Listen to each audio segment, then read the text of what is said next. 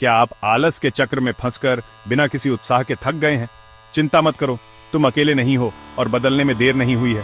सच कहूं तो हम सब इस दौर से गुजरे हैं।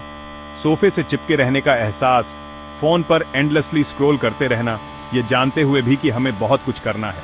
ऐसा लगता है जैसे हम प्रोक्रेस्टिनेशन के इस अदृश्य दलदल में फंस गए हैं। लेकिन पता है क्या? आपके पास खुद को बाहर निकालने की ताकत है। आलस्य को दूर करने और अपनी पूरी क्षमता को अनलॉक करने के लिए 3 पावरफुल स्ट्रैटेजीज पर बात करते हैं। आलस्य पर विजय पाने का पहला कदम यह समझना है कि यह कहां से आता है। अक्सर हम असली कारण की जांच किए बिना खुद को आलसी कह देते हैं। इनर्शिया की इस भावना में योगदान देने वाले अंडरलाइंग इश्यूज का पता लगाना और गहराई से देखना जरूरी है। देखिए, कई बार असल में आपको आलस्य नहीं रोक रहा होता है, यह स्पष्ट लक्ष्यों की कमी होती है। जब हमारे उद्देश्य अस्पष्ट या अपरिभाषित होते हैं तो कार्य करने की प्रेरणा जुटाना चुनौतीपूर्ण हो जाता है। दिशा की यह कमी हमें फंसा हुआ और अनुत्पादक महसूस करा सकती है। जरा सोचो, जब आपके मन में कोई मंजिल नहीं होती है तो बस यूं ही भटकना आसान होता है। यह न केवल शारीरिक यात्राओं पर लागू होता है, बल्कि हमारे व्यक्तिगत और व्यावसायिक जीवन पर भी लागू होता है। एक स्पष्ट दृष्टि के बिना हमारे प्रयास बिखरे हुए और उद्देश्यहीन लग सकते हैं। लेकिन जब आपके पास इस बात की स्पष्ट दृष्टि होती है कि आप क्या हासिल करना चाहते हैं, तो आपके अंदर कुछ बदल जाता है। यह दृष्टि एक गाइडिंग स्टार का काम करती है, जो दिशा और उद्देश्य प्रदान करती है। यह दृढ़ संकल्प और ड्राइव की भावना को प्रज्वलित करती है, जो आपको आगे बढ़ाती है।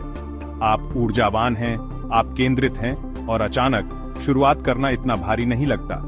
आपकी दृष्टि की स्पष्टता निर्णय लेने और प्राथमिकता तय करने को सरल बनाती है, जिससे पहला कदम उठाना और गति बनाए रखना आसान हो जाता है। तो हमें वह स्पष्टता कैसे मिलती है?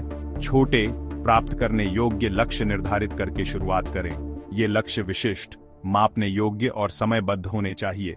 अपनी बड़ी दृष्टि को प्रबंधनीय चरणों में विभाजित करके आप एक ऐसा रोड मैप तैयार करते हैं जो आपके कार्यों का मार्गदर्शन करता है।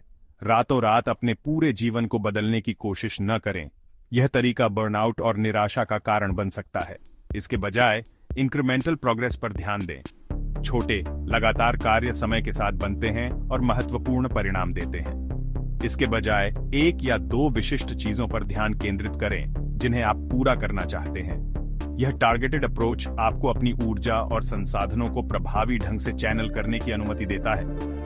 जैसे जैसे आप प्रत्येक कार्य को पूरा करते हैं, यह उपलब्धि की भावना भी प्रदान करता है। हो सकता है कि आप नियमित रूप से व्यायाम शुरू करना चाहें। शारीरिक गतिविधि एक सामान्य लक्ष्य है जो आपके समग्र वेलबीइंग को महत्वपूर्ण रूप से प्रभावित कर सकता है। हालांकि अवास्तविक अपेक्षाएं निराशाजनक हो सकती हैं। यह कहने के बजाय कि मैं हर दिन वर्कआउट करूंगा, सप्ताह में 3 बार 20 मिनट की सैर करने के लक्ष्य से शुरुआत करें। देखिए, अचीवेबल। यह दृष्टिकोण लक्ष्य को कम कठिन और अधिक प्राप्य बनाता है, जिससे सफलता की संभावना बढ़ जाती है। एक बार जब आप अपने लक्ष्य निर्धारित कर लेते हैं, तो उन्हें और भी छोटे एक्शनेबल स्टेप्स में विभाजित करें।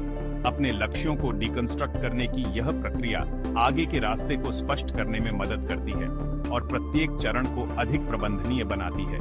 यदि आपका लक्ष्य किताब लिखना है, तो उसे चैप्टर्स में, फिर पेजेस में, फिर डेली वर्ड काउंट्स में विभाजित करें। यह मेथोडिकल अप्रोच स्थिर प्रगति सुनिश्चित करता है और आपको कार्य की विशालता से अभिभूत महसूस करने से रोकता है। याद रखें, हम यहाँ परफेक्शन के लिए लक्ष्य नहीं बना रहे हैं, हम प्रोग्रेस के लिए लक्ष्य बना रहे हैं। परफेक्शनिज्म लकवाग्रस्त कर सकता है, जिससे प्रोक्रेस्टिनेशन और आत्मसंदेह हो सकता है। निरंतर सुधार के विचार को अपनाएं और रास्ते में अपनी उपलब्धियों का जश्न मनाएं। और जितनी अधिक प्रगति आप करेंगे, उतने ही अधिक प्रेरित होंगे। प्रत्येक छोटी जीत आपकी प्रतिबद्धता को पुष्ट करती है और गति बनाती है, जिससे अगली चुनौती से निपटना आसान हो जाता है। व्यवस्थित रहने और ट्रैक पर बने रहने के लिए टू डू लिस्ट या प्रोडक्टिविटी एप्स जैसे टूल्स का उपयोग करें। ये टूल्स आपको अपने कार्यों पर नजर रखने, प्राथमिकताएं निर्धारित करने और अपने समय को प्रभावी ढंग से प्रबंधित करने में मदद करते हैं। वहाँ बहुत सारे बेहतरीन ऐप्स हैं। साधारण टू डू लिस्ट से लेकर कॉम्प्रिहेंसिव प्रोजेक्ट मैनेजमेंट टूल्स तक, सभी के लिए कुछ न कुछ है।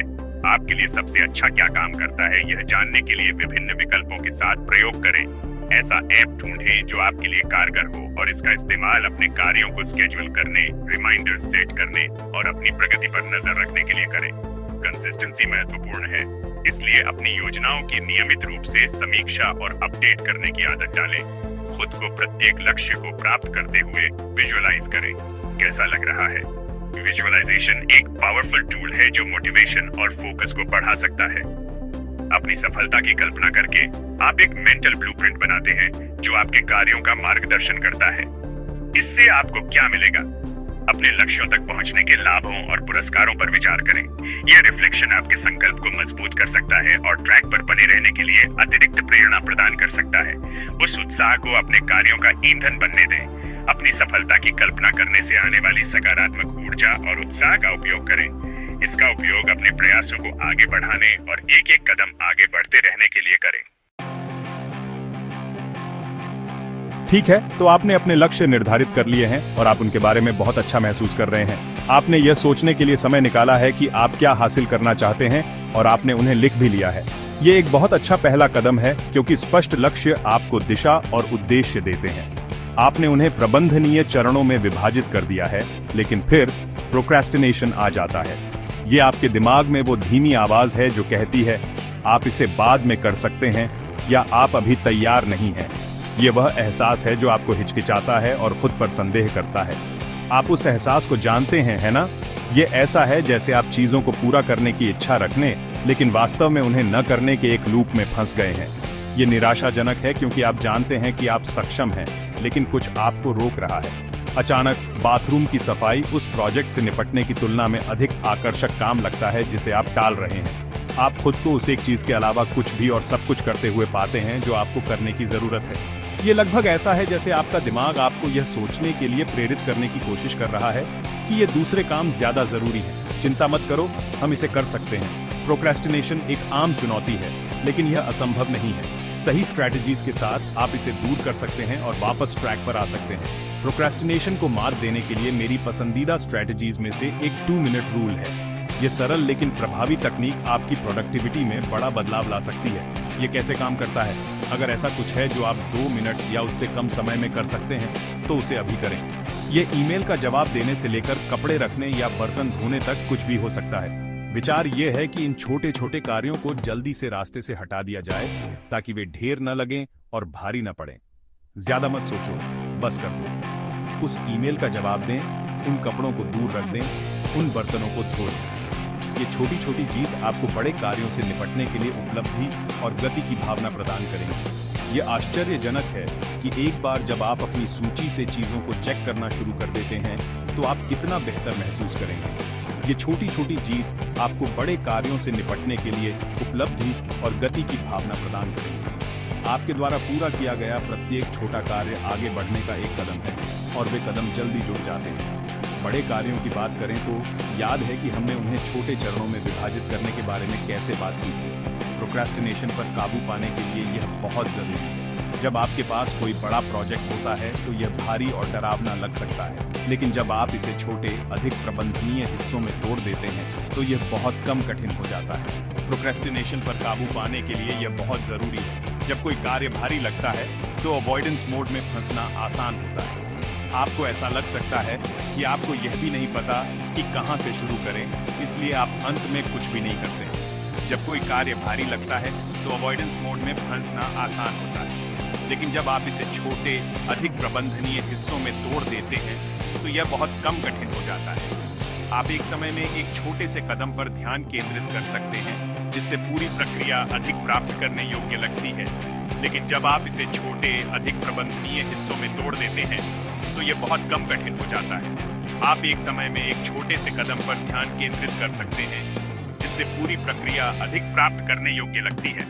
साथ ही आपके द्वारा पूरा किया गया प्रत्येक छोटा कदम आपको प्रगति का एहसास दिलाता है और आपको आगे बढ़ते रहने के लिए प्रेरित करता है।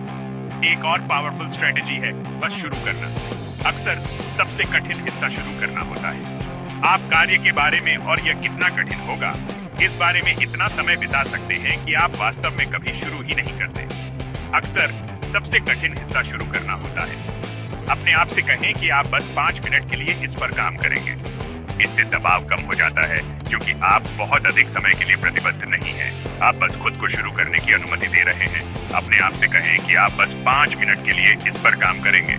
संभावना है एक बार जब आप शुरू कर देंगे तो आप पाएंगे कि यह उतना बुरा नहीं है जितना आपने सोचा था, और आप चलते रहेंगे। उन पहले कुछ मिनटों में आप जो गति बनाते हैं वह आपको बाकी कार्यों में ले जा सकती है। संभावना है एक बार जब आप शुरू कर देंगे तो आप पाएंगे कि यह उतना बुरा नहीं है जितना आपने सोचा था, और आप चलते रहेंगे। आप खुद को एक फ्लो स्टेट में भी पा सकते हैं जहां आप पूरी तरह से डूबे हुए हैं और कार्य पर ध्यान केंद्रित कर रहे हैं। यहीं पर जादू होता है और आप महत्वपूर्ण प्रगति कर सकते हैं। और याद रखें, प्रोक्रेस्टिनेशन अक्सर डर से उपजा है।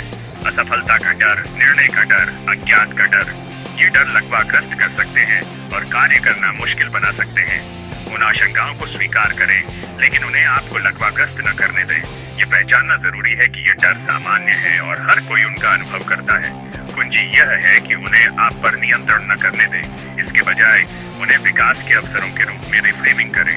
हर बार जब आप किसी डर का सामना करते हैं और उसके बावजूद कार्य करते हैं तो आप लचीलापन और आत्मविश्वास पैदा कर रहे होते हैं।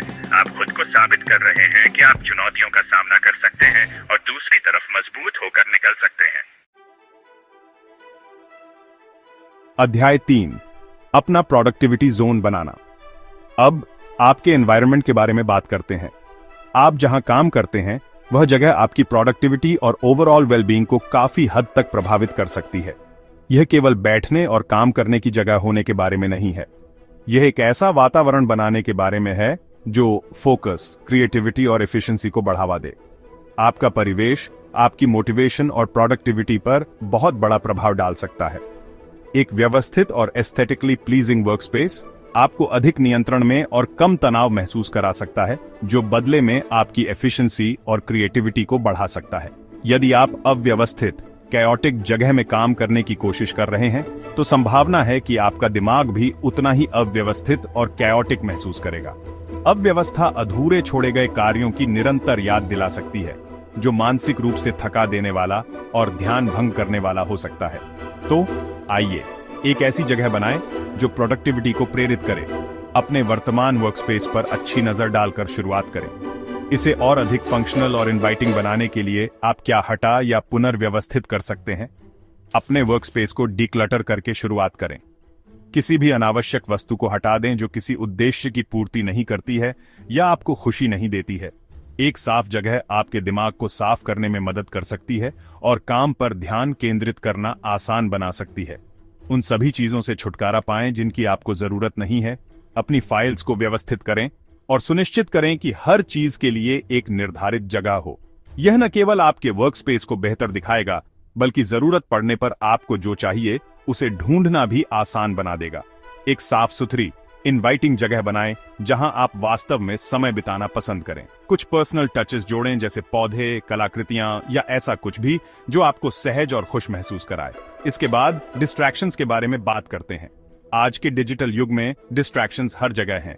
सोशल मीडिया से लेकर लगातार ईमेल सूचनाओं तक भटकना आसान है। हम डिस्ट्रैक्शन से भरी दुनिया में रहते हैं। सोशल मीडिया, ईमेल्स, सूचनाएं, यह किसी का भी दिमाग घुमाने के लिए काफी है। इसलिए कुछ बाउंड्रीज बनाएं। अपना फोन बंद कर दें या कम से कम उसे साइलेंट मोड पर रख दें। उन सूचनाओं को बंद कर दें और उन ऐप्स या टूल्स का उपयोग करने पर विचार करें जो आपके काम के घंटों के दौरान ध्यान भंग करने वाली वेबसाइट्स को ब्लॉक करते हैं। ये आपको ध्यान केंद्रित रखने और अपने समय का अधिकतम लाभ उठाने में मदद कर सकता है। कुछ डेडिकेटेड टाइम ब्लॉक्स बनाएं जहां आप बिना किसी रुकावट के अपने काम पर ध्यान केंद्रित कर सकें। दूसरों को बताएं कि आप कब इन फोकस्ड वर्क अवधियों में हैं ताकि वे आपको परेशान करने से बच सकें। संगीत प्रोडक्टिविटी के लिए एक पावरफुल टूल हो सकता है। यह बैकग्राउंड नॉइज को दूर करने और अधिक मनोरंजक कार्य वातावरण बनाने में मदद कर सकता है। विभिन्न जेनर्स के साथ प्रयोग करें और देखें कि आपके लिए सबसे अच्छा क्या काम करता है। कुछ लोगों को लगता है कि इंस्ट्रूमेंटल म्यूजिक उन्हें ध्यान केंद्रित करने में मदद करता है, जबकि अन्य कुछ अधिक रिदम पसंद करते हैं। कुछ लोगों को लगता है कि शास्त्रीय संगीत या प्रकृति की आवाजें उन्हें ध्यान केंद्रित करने में मदद करती हैं। इस प्रकार का संगीत शांत करने वाला हो सकता है और तनाव कम करने में मदद कर सकता है, जबकि अन्य लोग उत्साहित बने रहने के लिए अपबीट म्यूजिक पसंद करते हैं। कुंजी यह है कि आप जो काम करते हैं उसे ढूंढें और आपको जोन में बने रहने में मदद करें, और अंत में अपने आप को सकारात्मकता से घेरें। आपका वर्कस्पेस एक ऐसी जगह होनी चाहिए जो आपको अच्छा और प्रेरित महसूस कराए। इसका मतलब प्रेरक उद्धरण, प्रियजनों की तस्वीरें या ऐसा कुछ भी लगाना हो सकता है जो आपको खुशी और प्रेरणा दे। ये छोटे छोटे स्पर्श काम करते समय आपके महसूस करने के तरीके में बहुत बड़ा बदलाव ला सकते हैं। याद रखें, आपका प्रोडक्टिविटी जोन आपका ही प्रतिबिंब है। इसे एक ऐसी जगह बनाएं जो आपके लक्ष्यों का समर्थन करे, आपको केंद्रित रखे और आपको वहां रहकर खुश करे। थोड़े से प्रयास से आप एक ऐसा वातावरण बना सकते हैं जो न केवल आपकी प्रोडक्टिविटी को बढ़ाता है बल्कि आपके ओवरऑल वेलबीइंग को भी बढ़ाता है। इन तीनों स्ट्रैटेजीज को लागू करें और आप देखेंगे कि आपकी ऊर्जा और प्रोडक्टिविटी बढ़ गई है। याद रखें, आलस्य पर काबू पाना परफेक्शन के बारे में नहीं है, यह प्रोग्रेस के बारे में है। आप अद्भुत चीजों के काबिल हैं। आलस्य को अपने बेहतरीन जीवन जीने से न रोकें। उन लक्ष्यों को निर्धारित करें, उन्हें